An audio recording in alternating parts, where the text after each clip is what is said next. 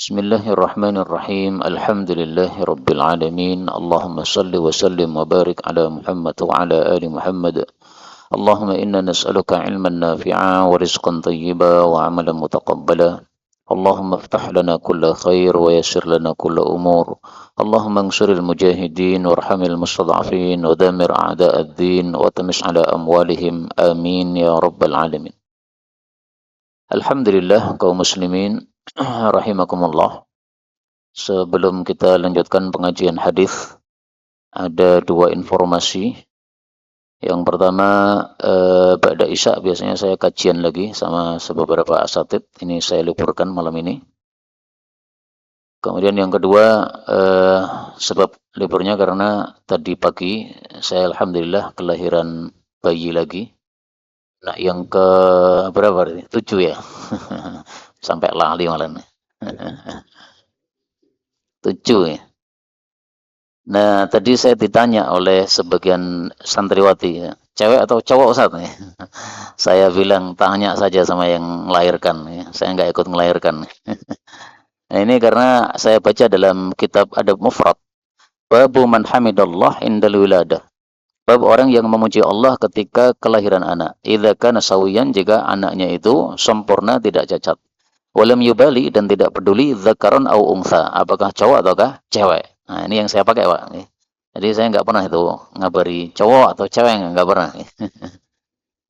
Ini riwayatnya dari Aisyah ya. Adalah Aisyah radhiyallahu anha, jika terlahir pada keluarganya seorang anak, maka Aisyah tidak pernah bertanya apakah cowok ataukah cewek, tetapi dia bertanya khuliqa sawiyan, apakah diciptakan dalam keadaan sempurna tanpa cacat. Fa idza qila, kalau dijawab na'am, ya sempurna, qalat, maka dia mengucapkan alhamdulillahi rabbil alamin. Segala puji bagi Allah seluruh pemelihara seluruh alam. Dan ini hadis ini kata Syekh Albani hasan sanadnya dan mauquf. Tapi yang nggak berdosa sebenarnya bertanya cewek cowok ya. Tapi maksudnya nggak begitu penting gitu loh.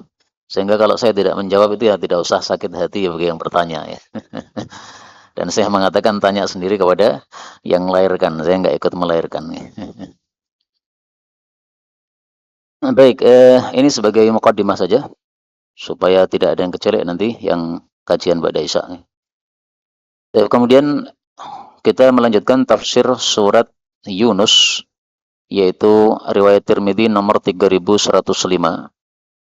Jadi kemarin sudah kita selesaikan tafsir surat ke-9, surat At-Taubah. Sekarang tafsir surat yang ke-10, surat Yunus.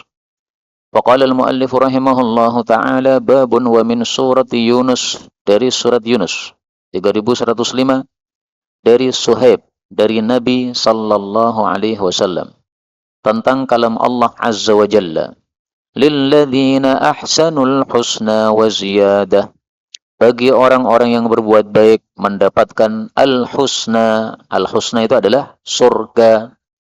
Al-husna itu terjemahnya adalah yang terbaik, maksudnya surga. Wa ziyadah, dan akan mendapatkan tambahan. Tafsiran al-husna dengan surga ini kita temukan pada surat yang tadi kita baca pada waktu salat maghrib, Pak. Bil husna. Surat apa? Al-Lail, ya. Wasaddaqa bil husna, dan membenarkan adanya surga, maka orang itu akan kami mudahkan untuk melakukan Islam. Adapun orang yang bakhil dan dia merasa kaya dan dia mendustakan surga, maka kami akan memudahkan dia kepada kesesatan. Nah, di sini contoh al-husna dengan makna surga ya. Kemudian hadis ini menjelaskan apa itu ziyadah ya. Jadi kita besok masuk surga, ada dapat surga, ada dapat tambahan. Nah, tambahannya ini apa maksudnya? Ini tafsirannya. Ya. Qala Rasulullah menjelaskan, ini surat Yunus ayat 26. Idza dakhala, apabila masuk ahlul jannah, penghuni jannah, al-jannah, ke dalam jannah, nada munadin, akan menyeru orang yang menyeru. Ini mungkin malaikat ya. Inna, sesungguhnya, lakum, bagi kalian, indallahi, di hadapan Allah, mau'idan, ada satu janji, yuridu, yang Allah itu ingin, ayyun jizakumuhu, untuk menepati kepada kalian akan janji tadi. Qalu ahli jannah bertanya, alam yubayyid, bukankah Allah sudah memutihkan wujuhana, wajah-wajah kami? Wa yunjina minan nar, bukankah Allah sudah menyelamatkan kami dari neraka? Wa yudkhilnal jannah, bukankah Allah sudah memasukkan kami ke dalam jannah? Jadi artinya ahli jannah itu nggak bisa mikir, Pak. Mau dikasih tambahan-tambahan apa? Ini sudah full kenikmatan, sudah sempurna. Ya. Nah, maka fayukshaful hijab, lalu disingkaplah hijab, yaitu hijabnya Allah. Nah, hijabnya Allah itu apa? Sinar. Nah, maka karena Allah memiliki hijab yaitu sinar, kita tidak bisa melihat Allah Subhanahu wa taala. Begitu hijabnya disingkap, maka kita bisa melihat Allah. Dari mana taunya hijabnya Allah sinar? Dari hadis yang lain. Rasulullah bersabda, riwayat Imam Muslim, hijabuhun nur. Hijabnya Allah adalah sinar.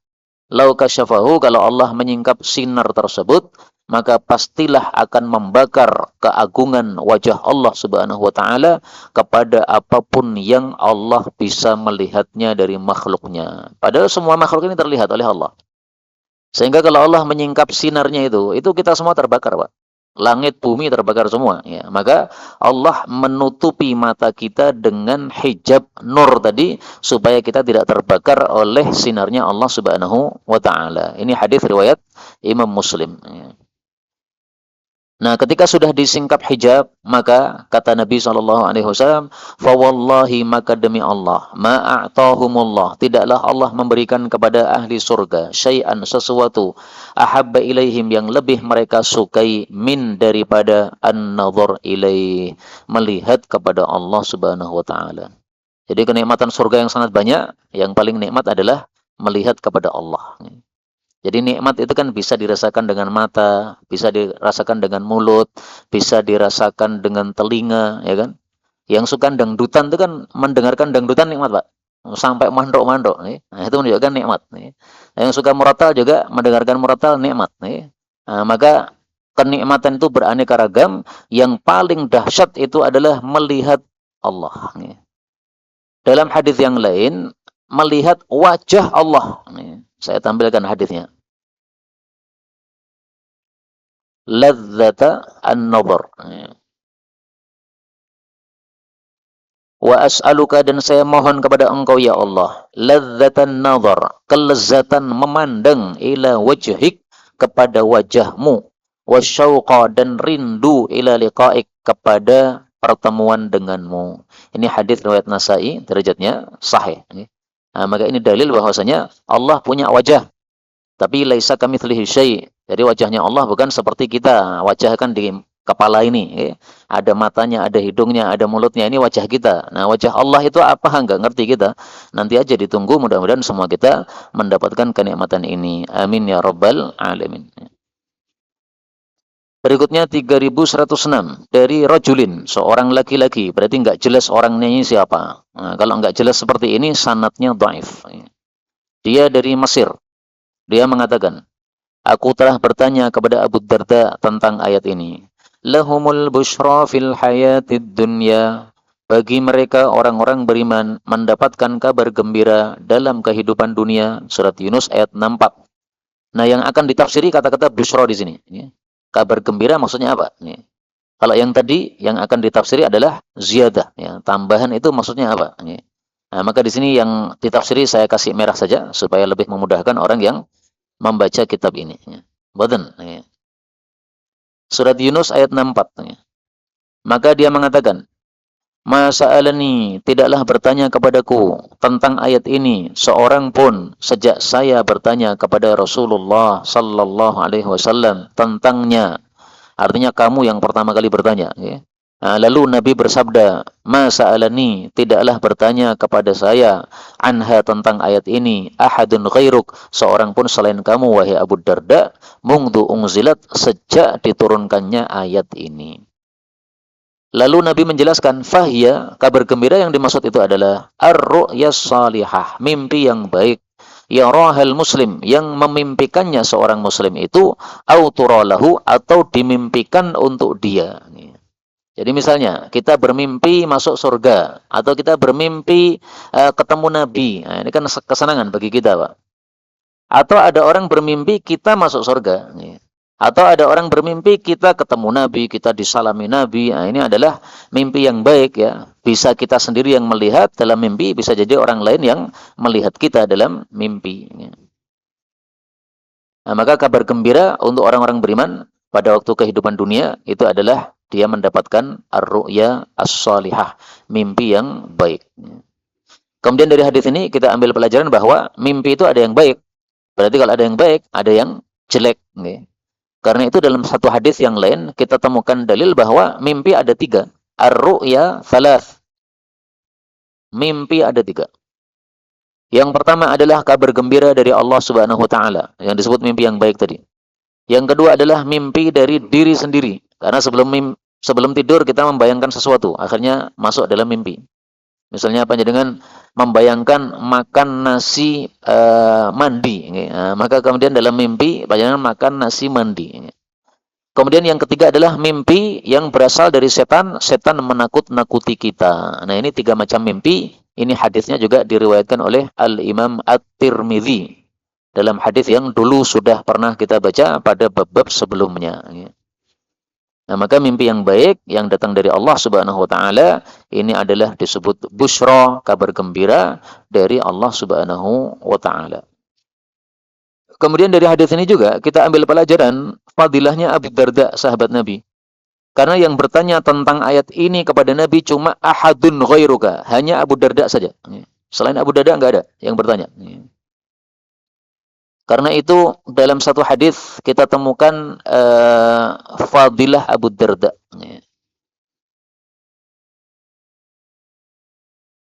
Inna likulli ummatin hakiman. Sesungguhnya setiap umat memiliki orang yang bijaksana. Jazakallahu khairan. Wa hakimu hadhil ummah, dan orang yang bijaksana dari umat Islam ini adalah Abu Darda. Siapa Abu Darda? Namanya Uwaimir.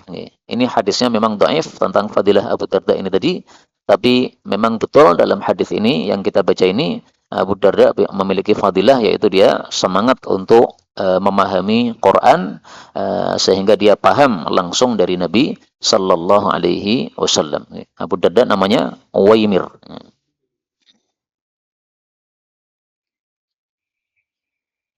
Berikutnya 3107 dari Ibnu Abbas radhiyallahu anhuma bahwasanya Nabi sallallahu alaihi wasallam bersabda, "Lamma tatkala aghraqallahu, Allah menenggelamkan Fir'aun." Fir'aun raja Mesir yang kafir. Qala, berkatalah Fir'aun itu, "Amantu annahu la ilaha illa alladhi amanat bihi banu Israel." Aku beriman bahwasanya tidak ada Tuhan yang berhak disembah selain yang diimani oleh Bani Israel. Padahal Bani Israel kan tidak semuanya Islam, Pak. Bani Israel itu ada yang kafir, ada yang Muslim. Contohnya Qarun itu Bani Israel, tapi dia kafir. Nah, sehingga perkataan ini tidak berfungsi menyebabkan dia masuk Islam. Karena dia mengatakan kecuali yang diimani oleh Bani Israel. Siapa yang diimani oleh Bani Israel? Bisa Allah, bisa yang lain, ya, tergantung Bani Israel yang mana. Sehingga ini kalimat tidak menunjukkan bahwa Fir'aun sudah masuk Islam. Ya, ini surat Yunus ayat 90. Nah, sehingga kalau panjenengan mendengarkan penceramah mengatakan Fir'aun sudah Islam sebelum mati, ini dalilnya, ini menunjukkan dia nggak paham. Ada Pak orang ngomong begitu. Dan pengikutnya banyak di YouTube. Orang Arab. Nggak usah saya sebutkan namanya, nggak terkenal. Maka hadis ini menjelaskan bahwa dia enggak masuk Islam. Buktinya ini, faqala Jibril. Jibril berkata, "Ya Muhammad, wahai Muhammad, falau ra'aitani, andai engkau melihat saya, wa ana sementara saya waktu itu akhudhu mengambil min halil bahri, dari endutnya laut, fa'adussuhu, lalu saya sumpelkan endut tadi, saya masukkan endut tadi fihi pada mulutnya Fir'aun. Supaya apa?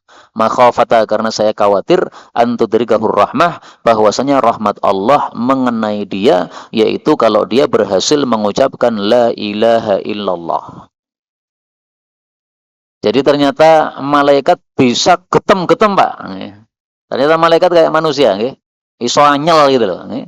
Nah, maka ini mengingatkan kita satu hadis yang lain yang menunjukkan bahwa malaikat pun itu tidak suka apa yang tidak disukai oleh manusia. Hadisnya adalah tata'adza.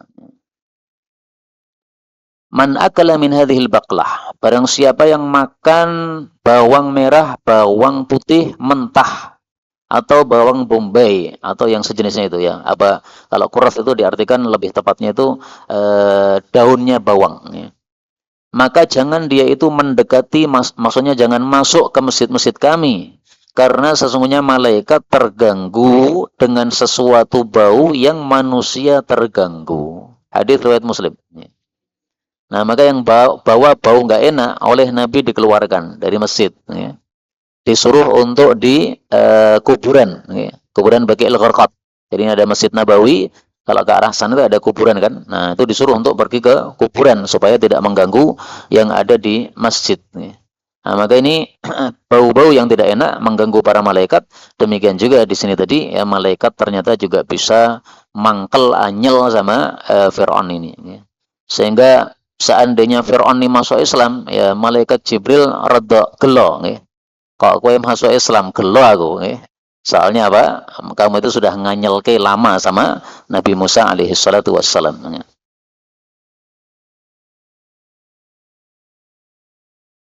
Kemudian tadi saya mengatakan bahwasanya khawatir kalau dia mendapatkan rahmat yaitu karena dia mengucapkan la ilaha illallah.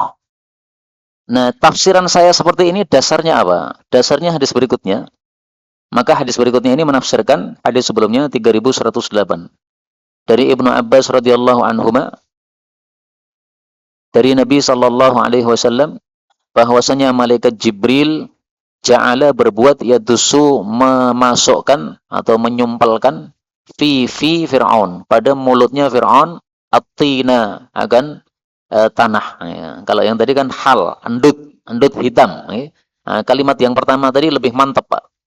Hal itu artinya endut yang hitam ya. Jadi yang warnanya hitam, yang kotor ya. Kalau tin ini tanah ya, bisa lebih umum lagi ya. Dan di sini ada kata-kata fi ya. Fi yang pertama di, fi yang kedua mulut ya. Di mulutnya Firaun. Kenapa? Karena khasyata, karena saya khawatir ayyakula bahwasanya dia mengucapkan la ilaha illallah. Fayarhamuhullah, akhirnya Allah merahmati dia. Au qala, atau Jibril mengatakan khasyata ayyarhamuhullah, saya khawatir bahwasanya Allah merahmati dia. Nah, jadi rahmatnya Allah itu turun kalau ada orang mengucapkan la ilaha illallah sebelum mati. Sehingga sebelum mati kalau sempat mengucapkan la ilaha illallah, udah masuk surga. Sebagaimana disebutkan dalam hadis yang lain, man kana akhiru kalamihi la ilaha illallah dakhalal jannah. Siapa yang terakhir ucapannya adalah la ilaha illallah pasti masuk jannah, riwayat Abu Dawud. Nah, ternyata dia enggak berhasil mengucapkan la ilaha illallah. Dia hanya mengucapkan la ilaha illalladzi amanat bihi Banu Israel. Nah, seandainya tidak disumpeli endut oleh malaikat Jibril, mungkin dia meralat ucapannya, Pak. Ganti. La ilaha illallah. Nah, karena mungkin orang masih bisa mikir kan. Tapi karena udah disumpeli endut tadi udah nggak bisa ngomong lagi udah. Selain ucapan yang tadi dia ucapkan. Mudah-mudahan semua kita mati atas la ilaha illallah. Amin ya rabbal alamin. Berikutnya babun wa min surati Hud. Dari surat Hud. Surat Hud itu adalah surat yang ke-11. 3109 ini sanadnya dhaif karena ada rawi bernama Waqi' bin Hudus. Ini seorang perawi yang makbul, berarti dhaif kalau tidak ada penguatnya. Dari Abu Razin dia mengatakan, saya berkata, ya Rasulullah, aina, di mana kana Rabbuna adalah pemelihara kita, di mana Allah qabla sebelum ayyakhluqa khalqah, menciptakan makhluknya. Maka Nabi SAW menjawab, kana adalah Allah fi amain, di atas awan. Ma tahtahu hawaun, tidak ada di bawahnya hawa. Wa ma fawqahu hawaun, dan tidak ada di atasnya hawa. Wa khalaqa, dan Allah menciptakan arsyahu, singgasananya, alal ma'i, di atas air. Berkata Ahmad bin Mani, berkata Yazid bin Harun, perawi hadis ini, al-ama, yang dimaksud ama tadi, yang saya artikan awan tadi, maksudnya adalah laisa ma'ahu syai'un, tidak ada bersama Allah sesuatu apapun juga. Jadi pertama kali yang ada hanya Allah, selain Allah nggak ada. Lalu Allah Subhanahu wa taala menciptakan air, menciptakan singgasana. Nah, singgasana ini berada di atas air tersebut. Jadi yang pertama kali Allah ciptakan apa? Air sama singgasana. Kemudian kata-kata fi ini jangan diartikan di dalam ya. Karena kalau diartikan Allah di dalam awan, itu berarti Allah tercakup oleh awan. Kalau Allah tercakup ini berarti Allah lemah. Karena sesuatu yang tercakup berarti lemah. Seperti kita sekarang di masjid, ini kita lemah, tercakup oleh masjid. Nah, maka fi diartikan ala, di atas. Sebagaimana dalam Al-Quran. Allah mengatakan pada surat Al-Mulk yang sering dibaca Nabi setiap malam. A'amintum man fis sama. Apakah kalian merasa aman terhadap Allah yang ada fis sama, di atas langit. Jadi Allah di atas langit. Jangan diartikan di dalam langit, nanti akan merusak makna ya, karena kata-kata fi ini kadang artinya di dalam, kadang artinya di atas, kadang artinya mulut tadi. Jadi hati-hati dengan kata-kata fi ini ya, terjemahnya bisa sesuai kondisi kalimatnya. Nah, hadis ini derajatnya diperselisihkan ulama apa? Ada yang mengatakan hadis ini hasan, seperti Imam Tirmidzi di sini mengatakan hasan. Ya. Nah, kalau kita mengikuti pendapat Imam Tirmidzi mengatakan hasan, ya nggak apa-apa. Ya. Kalau kita mengikuti Syekh Albani mengatakan dhaif karena ada rawi bernama Waqi' bin Hudus, silahkan. Ya. Dan ini kata-kata hudus, ini ada juga yang membacanya dengan ain. Waqi' bin Udus. Sehingga apa? Ada dua versi ya. Ada yang pakai ain, ada yang pakai ha. Kadang-kadang seperti itu. Karena tulisan zaman dulu itu belum ada harokatnya, belum ada titiknya, sehingga seringkali salah. Antara ha ya, dengan ain kan mirip. Sehingga ada kemiripan pembacaan atau kesalahan dalam pembacaan. Ini sudah dijelaskan ya. Waqi' bin Hudus, ini pendapat pertama. Sementara pendapat yang kedua mengatakan Waqi' bin Udus. Wa huwa asah. Dan yang membaca Udus ini lebih sahih daripada yang membaca Hudus. Kenapa? Karena yang membaca Udus lebih banyak. Ini kan yang baca Hudus cuma satu orang, Hamad. Tapi yang baca Udus ada Syu'bah, ada Abu Awana, ada Husaim, ada 3 orang. Berikutnya 110. Dari Abu Musa al-Ash'ari, namanya adalah Abdullah bin Qais, bahwasanya Rasulullah sallallahu alaihi wasallam bersabda, Innallaha tabaraka wa ta'ala, sesungguhnya Allah Ta'ala, yumli, memberikan tempo, warubbama qala, kadang-kadang beliau mengatakan yumhilu, sama ya, memberikan tempo, lidzalim, kepada orang dolim, hatta sehingga idza akhadahu, apabila Allah sudah menyiksa orang dolim tersebut, lam yuflithu, maka Allah tidak akan melepaskannya. Artinya apa? Kalau sudah diturunkan siksa, tidak mungkin siksanya ditarik lagi. Pasti sampai mati, sampai binasa. Itu kalau dolim yang dimaksud di sini adalah orang kafir, Pak. Ya, seperti Fir'aun tadi. Ya. Fir'aun orang kafir. Ditenggelamkan oleh Allah. Ya. Dia tidak mungkin selamat sampai mati dulu. Kalau udah mati, ya udah selesai urusannya. Nah, tapi kalau yang dolim yang dimaksud di sini adalah orang Muslim yang berbuat dolim. Misalnya orang Muslim yang tidak melakukan salat kadang-kadang, atau tidak membayarkan zakat, atau tidak puasa Ramadan, ya. Nah, maka kata-kata lam yuflithu ini tidak harus seperti itu maknanya, ya. Bisa jadi dikasih peringatan, kalau dia sudah sadar nanti akan ditarik lagi siksanya oleh Allah Subhanahu wa taala. Kemudian Nabi membaca ayat, wa kadzalika akhdhu rabbika idza akhadzal qura wa hiya zalimah. Seperti itulah siksanya pemeliharamu jika dia itu menyiksa desa-desa. Desa-desa maksudnya penduduknya ya. Kalau desanya sendiri nggak punya salah ya. Ini surat Hud ayat 102 dan seterusnya. Berikutnya 11, dari Umar bin Khattab radhiyallahu anhu, dia mengatakan, tatkala turun ayat ini, faminhum syaqiyyu wa sa'id, di antara manusia ada yang celaka, ada yang bahagia. Surat Hud 105. Maka saya bertanya kepada Rasulullah sallallahu alaihi wasallam, saya mengatakan, wahai Nabi Allah, fa'alama, atas dasar apa na'mal, kita ini beramal. ala syai'in atas sesuatu qad furigha minhu yang sudah diselesaikan alias sudah diselesaikan takdirnya, au ala syai'in atau atas sesuatu lam yufragh minhu yang belum diselesaikan takdirnya. Kan Allah sudah menetapkan kan, manusia itu nanti ada yang syaqiyun, ada yang celaka masuk neraka.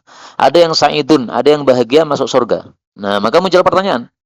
Terus kita beramal ini sudah ada takdirnya dulu atau belum ada?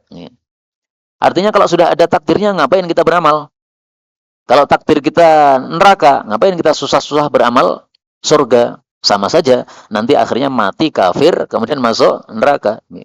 Maka dijawab oleh Nabi, bal bahkan ala syai'in atas sesuatu qad furigha minhu yang telah diselesaikan darinya. Artinya sudah ada takdirnya. Wajarat dan sudah lewat bihi dengannya al-aqlam, pena-pena ya Umar, wahai Umar. Artinya sudah ditulis oleh penanya Allah Subhanahu wa taala. Pena ini yang dimaksud adalah pena yang diciptakan oleh Allah untuk menetapkan takdir segala sesuatu. Walakin akan tapi kullun masing-masing kita muyassarun dimudahkan lima khuliqalahu terhadap apa yang dia itu diciptakan untuknya. Artinya kalau kita diciptakan untuk surga, kita akan mudah mengamalkan amalan-amalan surga. Mudah salat jamaah, mudah hadir pengajian, mudah baca Quran, mudah amal saleh yang lain, semua amal saleh gampang ya. Mudah tahajud. Nah, ini insya Allah tanda-tanda baik, Pak. Jadi kita nggak usah memusingkan masalah takdir. Kita mari memusingkan masalah amal. Kenapa? Karena takdir itu bukan urusan kita, itu urusan Allah. Sehingga para ulama mengatakan, al-qadar sirrullah. Takdir itu rahasia Allah. Jadi jangan diodak-adik. Tidak usah pengen tahu takdir, nggak usah. Karena seandainya kita tahu takdir, takdirmu ahli neraka, pasti kita nggak mungkin semangat ke masjid, Pak. Soalnya apa? Kita ke masjid, rakaat akhirnya apa? Masuk neraka. Kita pasti pilihnya zina saja, judi saja, mabuk saja, sama aja toh, masuk neraka. Tapi gara-gara kita tidak tahu takdir Allah tentang kita, alhamdulillah, malah kita bisa semangat untuk beramal yang baik, dan biasanya orang yang beramal yang baik itu nanti matinya dalam kebaikan. Ada kaidahnya ya. Kaidahnya begini. Man 'asha 'ala syai'in, barang siapa yang hidup atas sesuatu, mata 'alaihi, dia pun mati di atas sesuatu tadi. Jadi yang biasanya beramal Islam, matinya Islam. Yang biasanya beramal jelek, matinya juga jelek.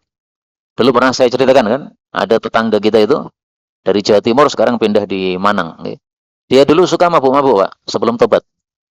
Teman-temannya yang suka mabuk-mabuk, itu kalau ada yang mati, itu sampai mereka itu membawa ciunya itu di kuburan. Jadi setelah menguburkan temannya yang mati tadi, kemudian mereka masih pesta minuman keras. Ya, mungkin minuman kerasnya ini disuntak di atas kuburannya gitu. Jadi temannya yang suka mabuk sampai mati pun masih disiapi ciu oleh teman-temannya. Ya, jadi matinya juga dalam kondisi yang jelek seperti itu. Maka yang paling penting bagi kita adalah mari kita menjaga amal kita. Mudah-mudahan amal yang kita jaga, kita akan mendapatkan husnul khatimah dengan sebabnya. Amin ya rabbal alamin. Adapun tadi aklam, pena, ini adalah pena yang diciptakan oleh Allah pertama kali. Kemudian setelah itu Allah suruh pena ini untuk menulis segala sesuatu. Rasulullah bersabda, inna sesungguhnya awwala syai'in, pertamanya sesuatu khalaqallah yang diciptakan oleh Allah itu adalah al-qalam, pena. Lalu Allah menyuruh dia, lalu dia pun menulis segala sesuatu yang akan terjadi. Hadis ini sahih, diriwayatkan oleh At-Tirmidzi, Abu Dawud dan yang lain-lain. Uktubil qadar, catatlah takdir, wahai pena. Makana, apa yang telah terjadi, wa ma huwa kain, dan apa yang akan terjadi, ilal abad, sampai selama-lamanya. Nah, kemudian para ulama berselisih pendapat, lebih dulu mana, pena dulu atau singgasana dulu? Tadi kan saya katakan Allah pertama kali ciptakan air sama singgasana. Nah, sementara di sini Nabi mengatakan sesungguhnya makhluk yang pertama kali Allah ciptakan adalah pena. Nah, di sini para ulama menjelaskan yang dimaksud pertama kali Allah ciptakan adalah pena, yaitu setelah singgasana. Jadi singgasana dulu urutannya, baru kemudian apa? Pena. Wallahu a'lam bis-shawab. Itu penjelasan para ulama kita rahimahumullahu taala. Berikutnya 12. Dari Abdullah, Abdullah ini adalah Ibnu Mas'ud, dia mengatakan, telah datang seorang laki-laki kepada Nabi sallallahu alaihi wasallam. Lalu dia mengatakan, sesungguhnya aku ini alajtu imra'atan. Aku ini menggarap seorang perempuan. Ya, maksudnya apa? Mencium seorang perempuan. Di aqsal Madinah, di bagian paling jauh dari kota Madinah, di pojok Madinah. Dan sesungguhnya saya ini mendapati terhadap perempuan tadi, melakukan terhadap perempuan tadi apa yang selain saya menjimaknya. Ya, jadi hanya mencium dan sebagainya, tapi kalau menjimak tidak. Dan inilah saya, maka putuskanlah terhadap saya apapun yang Anda mau. Jadi dari sini kita ambil pelajaran bahwa sahabat Nabi juga bertingkat-tingkat, Pak. Ada sahabat Nabi yang tingkatan seperti ini, ya, terkena khilaf, kemudian mencium perempuan. Tapi ada juga sahabat Nabi yang tingkat tinggi kayak Abu Bakar, Umar, Uthman, Ali, ya, nggak mungkin melakukan begini, nggak mungkin. Kemudian pelajaran yang kedua, kalau membaca cerita seperti ini, jangan dibaca ceritanya separuh. Ini sahabat Nabi cium cewek, berarti sahabat Nabi kurang ngajar. Nah, kesimpulannya kan jelek. Coba dilanjutkan. Dia kemudian datang kepada Nabi, dia mengatakan, inilah saya ya Rasulullah, saya serahkan diri saya. Silahkan Anda putuskan apapun yang Anda mau, silahkan saya manut. Nah, ini orang baik kayak gini, Pak. Orang kalau sudah tobat, itu sudah seperti tidak melakukan dosa sama sekali. Jadi jangan diungkit-ungkit lagi dosanya. Sebagaimana sabda Nabi sallallahu alaihi wasallam, "At-taib minadz-dzanbi", orang yang sudah tobat dari dosa, kaman la dzanbalah, seperti orang yang tidak punya dosa. Tapi kewajiban orang seperti ini tidak boleh dia cerita-cerita, Pak. Jadi misalnya orang yang dulu suka mabuk, kemudian dia membanggakan diri. Aku dhisik ya ahli mabuk cah. Nah, membanggakan gitu nggak boleh. Kalau untuk membuat ibrah saja nggak ada masalah ya. Jangan seperti saya dulu begini. Tapi kalau ceritanya sambil ketawa-ketawa seolah-olah apa dia membanggakan diri ahli mabuk, itu bukan sesuatu yang baik. Maka Sayyidina Umar kemudian berkata kepada orang ini, sungguh-sungguh Allah sudah menutupi kamu. Artinya tidak ada yang tahu selain dirimu sama Allah. Lau satarta, seandainya kamu tutupi ala nafsika, atas dirimu sendiri, itu lebih baik. Jadi di sini Sayyidina Umar ketika mendengar laporan orang tadi, ini kan laporannya kepada Nabi kan. Nah, tapi di situ ada Sayyidina Umar, ada Sayyidina Abu Bakar dan yang lain-lain. Nah, Sayyidina Umar langsung ngomong, kamu nggak usah ngomong sama Nabi, nggak usah cerita-cerita, lebih baik. Nah, perkataan Sayyidina Umar ini, apakah ada dalilnya, Pak? Bahwasanya kita diam saja itu lebih baik. Ada. Rasul sallallahu alaihi wasallam bersabda, ijtanibu hadhil qadurat, jauhilah perkara-perkara yang kotor yang dilarang oleh Allah Subhanahu wa taala. Barang siapa yang terlanjur melakukan sesuatu darinya, hendaklah dia menutup diri dengan tutupan dari Allah. Nah, ini perintah Nabi. Jadi kita terlanjur, jangan cerita. Yang penting tobat, wal yatub, dan tobatlah ilallah, kepada Allah. Jadi orang tobat ada dua. Ada yang tobat dengan diam-diam, ada yang tobat dengan cerita. Kalau cerita ini tujuannya adalah supaya dia dikasih hukuman, nah, baik. Tetapi lebih baik lagi adalah diam tidak cerita. Ya. Jadi dua ini yang paling utama, yang diam tidak cerita. Kalau cerita boleh, buktinya Nabi tidak melarang. Ya. Tapi lebih baik diam. Sebagaimana perkataan Sayyidina Umar, lau satarta, kalau kamu tutupi dirimu, maka lebih baik bagi dirimu daripada kamu ngomong seperti itu. Nah, ini dalilnya ini. Wal yatub ilallah, hendaklah dia tobat kepada Allah Subhanahu wa taala. Kemudian falam yarudda alaihi, lalu Rasulullah tidak menjawab terhadap orang tadi sedikit pun. Maka orang itu pun pergi. Lalu Rasulullah sallallahu alaihi wasallam mengiringkan kepada dia seorang laki-laki yang lain. Maksudnya Nabi ngutus orang untuk manggil, ya. Fada'ahu, lalu orang itu manggil dia. Lalu Nabi SAW bacakan kepadanya ayat ini. Nah, berarti barusan ayatnya turun. Wa aqimis salata tarafayin nahari wa zulufan minal layli innal hasanati yulhibnas sayyiat dzalika dzikri lidzakirin. Dan tegakkanlah salat pada dua ujung siang, dan pada bagian-bagian dari malam. Sesungguhnya kebaikan-kebaikan termasuk salat. Itu melenyapkan keburukan-keburukan termasuk cium perempuan. Itu adalah peringatan bagi orang-orang yang ingat kepada Allah Subhanahu wa taala. Surat Hud ayat 114. Artinya apa? Anda tadi cium cewek, tapi kemudian Anda salat 5 waktu, dosanya hilang.